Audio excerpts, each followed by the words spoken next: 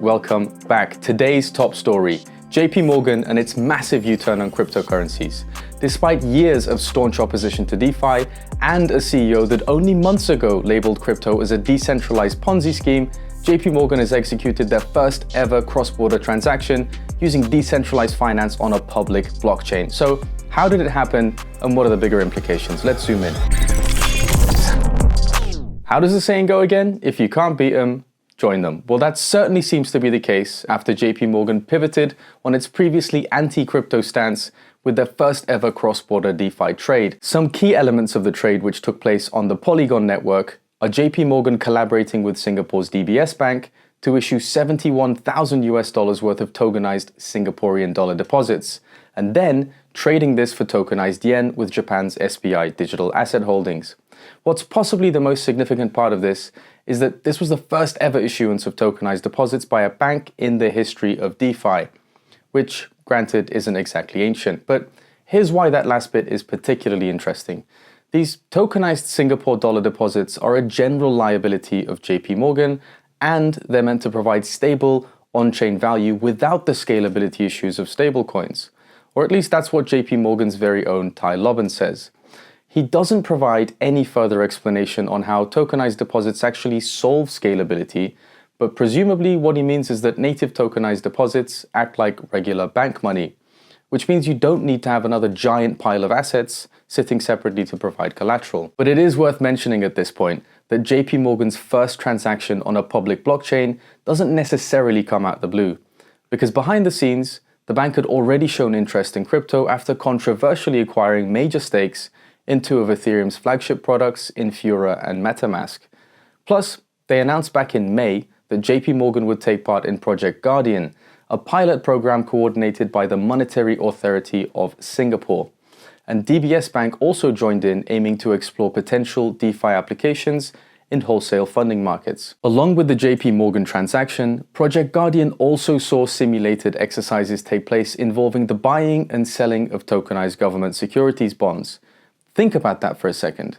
Jamie Dimon's JPMorgan have gone from saying cryptos are a decentralized Ponzi scheme to helping governments with their first ever tokenized bond sales in the space of just a few months. Now, what we do know about Singapore is that they're increasingly trying to position themselves as a hub for cryptocurrency service providers. But the country also has a reputation to protect as an important watchdog against global money laundering. Through Project Guardian, Singapore looks to pave the way for regulated institutions to participate in DeFi protocols while also ensuring that trades only happen between verified parties. This is another point that helps to explain why JPMorgan powered their first DeFi transaction through Aave Arc, a permissionless version of the popular DeFi lending protocol, which already complies with anti-money laundering regulations. With Aave Arc, JPMorgan could set specialized transaction parameters such as interest rates and FX rates.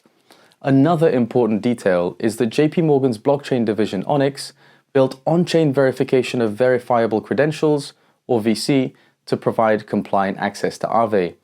Now, this supposedly eliminates the need for DeFi front-ends to do Know Your Customer or KYC checks. And as Ty Lobban points out, this is a big deal because on-chain VC verification brings composability to identity, meaning you can verify your identity without having to give up all your information to other parties. So we haven't quite answered the question as to why banks would even be interested in DeFi, so let's get into it. The answer is actually pretty simple. It's the same reason DeFi was invented in the first place, to remove third-party intermediaries and their associated costs. Because believe it or not, banks deal with third-party organizations all the time to clear and settle transactions. That costs a lot of time and money. In a press release for Project Guardian, the Monetary Authority of Singapore noted that the live transactions executed under the first pilot demonstrate that cross-currency transactions of tokenized assets can be traded, cleared, and settled instantaneously among direct participants. This frees up costs involved in executing trades through clearing and settlement intermediaries. Basically, CeFi is slowly but surely realizing the benefits of DeFi. And while there's money to be saved, there's also piles of money to be made. This is perhaps an even bigger motivator. Today, a large chunk of the world's wealth is locked up in illiquid assets, such as real estate and natural resources, as well as private debt, wholesale bonds, and pre-IPO stocks.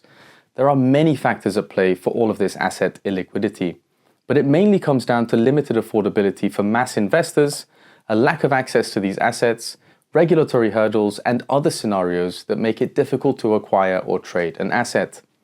On the other hand, on-chain asset tokenization could help solve these problems by making it easier and more affordable to access and trade any asset while automating transaction processes, which therefore eliminate the need for intermediaries. Cynthia Wu of digital asset service platform Matrixport recently told Cointelegraph that almost everything could be tokenized in 5 to 10 years, and that NFTs could be the instrument used to represent off-chain assets like real estate deeds, equities, and even bonds. Boston Consulting Group seemed to agree with that, and in a recent report, they calculated that the total size of tokenized illiquid assets will eventually reach 16.1 trillion, with the disclaimer that this was a highly conservative forecast. In the best case scenario, the tokenization of global illiquid assets could reach $68 trillion. These massive financial figures and the fact that tokenized illiquid asset trading is bound to require regulatory compliance begin to help explaining why JPMorgan's quite eager to become a leader in on-chain asset trading. You simply can't miss the boat if you're the one steering it. But should we be worried about JPMorgan? Ultimately, and Blockworks research pointed this out quite nicely, what would have been worrying is if JPMorgan had gone out and created their own siloed blockchain, but they haven't done that. They've launched on the Ethereum-based Polygon network, which is a public, open source smart contract platform. Thankfully for us, this indicates a level of transparency which is quite foreign to the world of CeFi.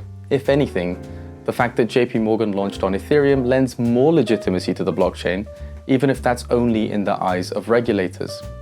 Of course, we can lament JPMorgan's presence in the DeFi space all we want, but at the end of the day, we have to remember that part of being permissionless is that anyone can use DeFi tools if they want, and that includes banks. So while many of us crypto natives may have liked to imagine DeFi eliminating traditional banks once and for all, ultimately DeFi's aim is to create an alternate financial system which reduces the privileged position of banks, and that will continue to happen regardless if banks enter the space or not.